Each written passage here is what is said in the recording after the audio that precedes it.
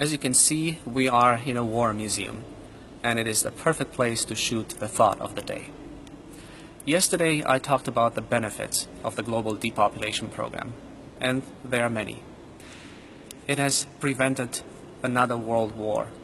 It has saved us from nuclear war, and it has saved hundreds of millions of young men from unnecessarily dying in battle. It has also allowed all of us to live to old age and in relative prosperity. These are substantial accomplishments and certainly an improvement over the past.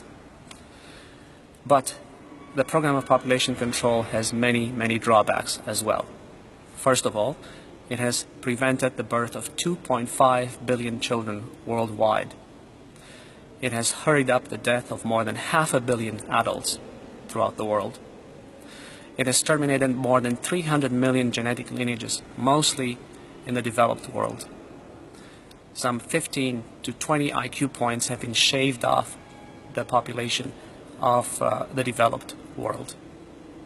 Some 10% of all children in the developed world have been condemned to developmental disorders as a result of this.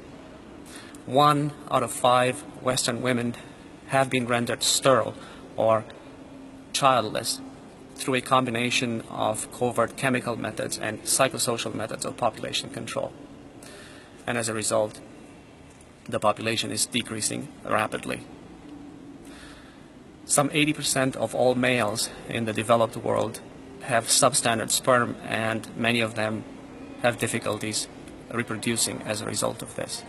Some 100% of the population of the developed world, and increasingly in the developing world, subjected to covert chemical methods of population control, have damaged endocrine systems, and as a result, some 40% suffer from non-communicable diseases, chronic diseases.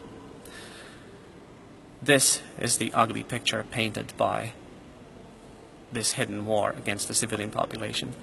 We no longer die in war, we now die in hospital wards, and we die prematurely and of non-communicable diseases entirely caused by the global depopulation program. We no longer die in the trenches, we die instead in our mother's wombs before we even have a chance to be born.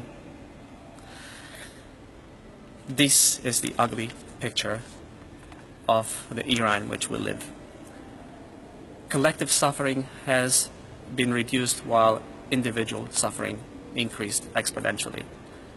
The methods and means of war have been refined, but war by other means continues to this day, and in fact has been ongoing for the past 7 decades.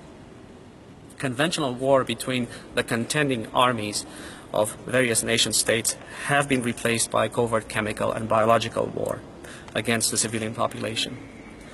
The needle has replaced the gun. Plastics have replaced bombs.